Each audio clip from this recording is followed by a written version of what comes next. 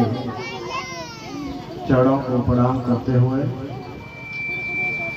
यज्ञवंश में भागवत वचन का चिराग जलाने वाले पूजनीय बाबा श्री रामनाथ शास्त्री जी को सादर प्रणाम वंदन अभिनंदन करते हुए कथा पंडाल में उपस्थित मेरे सभी पूजनीय देव स्वरूप संतजन, व्यास मंचा से छोटे भाई शास्त्री जी सहित समस्त उनके साथीगण, कथा पंडाल में उपस्थित मेरी सभी माताएं, बहनें, बेटियां, पिता तुल्य बुजुर्गों, नौजवान साथियों और प्यार के पात्र बच्चों, आप सभी को यथोचित शिष्टाचार के साथ मैं सुभाष यादव सादर प्रणाम करना चाहता हूँ। आप जिस श्रीमद् भागवत कथा का आज श्रवण कर रहे हैं, भागवत महापुराण में व्यासी ने लिखा सच्चिदानंद रूपाय विश्वोत्पत्ति आदित्वे तापत्रय विनाशाय श्री कृष्णाय वयम नमः। कितनी बड़ी बात लिखी व्यासी ने कि जो भागवत महापुराण की कथा है, व्यासी कहते हैं कि इस भागवत में स्वयं सच्चिदानंद भगवान कृष्ण का साक्षात स्वरूप छुपा हुआ है। और इसकी विशेषता क्या है? तापत्रय विनाशाय, तीनों प्रकार के ताप, दैहिक, दैविक, भौतिक तापा, राम राजमय काऊ व्यापार, तीनों प्रकार के ताप श्रीमद् भागवत की कथा सुनने से मिट जाते हैं। लेकिन कथा सुनने से मिट जाते हैं इसका अर्थ ये बिल्कुल नहीं है कि कथा पंडाल में आने से मिट जाते हैं। आना अलग बात है और कथा सुनना अलग बात है। 7 दिन के लिए आप यहाँ पंडाल में बैठे रहो, मन खेत में पड़ा रहे, हार में, बाजार में, दुकान पर पड़ा रहे, तो ये कथा सुनना नहीं। 7 दिन सुन पाओ, 7 पल सुनो, 7 क्षण सुनो, 7 घंटे सुनो, 7 मिनट सुनो, लेकिन मन लगा के कथा सुनो। और जिसकी कथा सुन रहे हो उस पूर्वज के किसी एक आचरण का अनुसरण करो, अपने जीवन की एक बुराई का परित्याग कर दो, तो आपका जीवन सफल हो जाएगा। अब 7 दिन तक कथा सुन लो, चाहे परीक्षक बन जाओ, चाहे यज्ञपति बन जाओ, वरुण बन जाओ, शास्त्री बन जाओ, श्रोता बन जाओ, वक्ता बन जाओ। और कथा सुनने के बाद शाम को वही धुन है, लड़का जाके अपने माँ बाप को गालियां दे रहा है, बहू जाके सास से लड़ रही है, शराब पीने वाला दारू का ठेका में धोख लगाए पड़ा है, जुआ खेलने वाला पेड़ों में अपने ताश के पत्ते फेंक रहा है, तो फिर ये कथाएं सुनने का कोई मतलब नहीं है।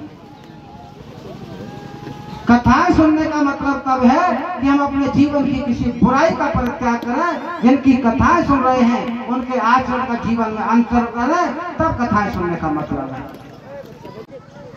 हर मनुष्य के जीवन में 4 कृपाएं होती है। एक कृपा होती है ईश्वर की, माता पिता की, गुरु की, और चौथी कृपा होती है अपनी। ईश्वर की कृपा थी जो हमको मनुष्य जीवन में भेज दिया, माता पिता की कृपा थी जो हमको जन्म देके पाला पलोसा बड़ा कर दिया, और गुरु की कृपा थी जो स्कूल में पढ़ा लिखा करके शिक्षा दीक्षा दे करके हमको बुद्धिमान बना दिया। लेकिन चौथी कृपा होती है अपनी। अगर अपनी कृपा अपने ऊपर नहीं हुई तो न गुरु की शिक्षा काम आएगी, न माता पिता की कृपा काम आएगी, न सारी कृपाएं फेल हो जाएंगी। पहले अपने ऊपर अपनी कृपा होनी चाहिए। मैं अंत में एक बात और कहना चाहता हूँ कि श्रीमद् भागवत की जो कथाएं सुनाई जाती हैं, ये समाज के सुधार के लिए सुनाई जाती हैं। ये व्यास मंच है, रंग मंच नहीं है। आज आप इस कथा को सुन रहे हैं, इससे जब तक कुछ सीख के नहीं जाओगे, कुछ बदलाव करके नहीं जाओगे, तब तक उद्धार होने वाला नहीं है। आपने राम लक्ष्मण भरत शत्रुघ्न की कथाएं सुनी होगी, सीता अनुसुईया सावित्री की कथाएं सुनी होगी। आपने देखा होगा, सुना होगा रामचरितमानस का भरत जिसने अयोध्या जैसे विशाल साम्राज्य को ठोकर मार दी, भैया राम के अनुराग के आगे अयोध्या का राज स्वीकार नहीं किया। लेकिन आज उस भरत के कलेजे के खंड खंड उड़ जाते होंगे जब एक एक बिस्वा जमीन के लिए भाई भाइयों पर गोलियां चला देता है, कोर्ट कचहरी में मुकदमे लगा देता है, तब उस लक्ष्मण की, उस भरत की आत्मा को कष्ट होता होगा कि क्या हो गया इस देश की संस्कृति को, जिस भरत ने अयोध्या जैसे साम्राज्य में ठोकर मार दी थी। आपने सिरवट की कथा सुनी होगी, जो अपने मैया बाबुल की सेवा के लिए वन वन में भटका, अंधी अंधाओं का इकलौता बेटा माता पिता को लेकर देशाटन के लिए गया, महाराज दशरथ के तीर का शिकार हुआ। आज भी अगर किसी का बच्चा अगर अच्छा होता है, संस्कारवान होता है, तो पड़ोसी कह देगा उसका बेटा तो श्रवण कुमार है। लेकिन जब किसी का बेटा अपने बूढ़े माँ बाप को रोटियां न दे, जब किसी का बेटा अपने माँ बाप को गालियां दे, जब किसी का बेटा अपने माँ बाप को परेशान करे, तो उस श्रवण कुमार के कलेजे के खंड खंड उड़ जाते होंगे कि जो श्रवण मैया और बाबुल के पीछे शहीद हो गया। आज उसकी धरती पर क्या हो रहा है? 10-10 पिताओं को जन्म देने वाला, 10-10 पुत्रों को जन्म देने वाला पिता एक एक रोटी के लिए भटक रहा है। ये विडंबना है इस देश की। 10-10 पुत्रों को जन्म देने वाला बाप 3-3 महीने 4-4 महीने के लिए माँ और बाप को बांट दिया जाता है भाइयों के बीच में समय काटने के लिए। क्या हो गया ये राजा राम मोहन राय की संस्कृति जी, ये स्वामी दयानंद विवेकानंद सृष्टि का देश का। आज 10-10 पुत्रों को पालने वाले माँ बाप को 10-10 पुत्र नहीं पाल पा रहे हैं। सन्नाटा सा छा गया, सन्नाटा सा छा गया एक बंटवारे के किस्से में, जब बूढ़ी माँ ने पूछा बेटा मैं हूँ किसके हिस्से में। इस देश को ये शर्म की बात है।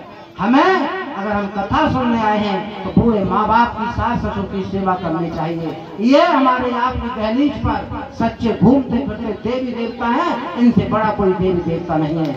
और अंत में एक बात कहते जा रहा हूँ, बेटी और बेटाओं के बीच की असमानता की खाई को खत्म कर देना, बच्चों की शिक्षा दीक्षा पर पूरा दिमाग, बच्चों की शिक्षा दीक्षा में कोई कमी मत करना। और केवल लड़कों को ही नहीं, लड़कियों को भी उतना ही पढ़ाना जितना आप लड़कों को पढ़ाते हो। ये विडंबना है मेरे देश की कि लड़कों को तो इंग्लिश मीडियम स्कूल में पढ़ाया जाता है।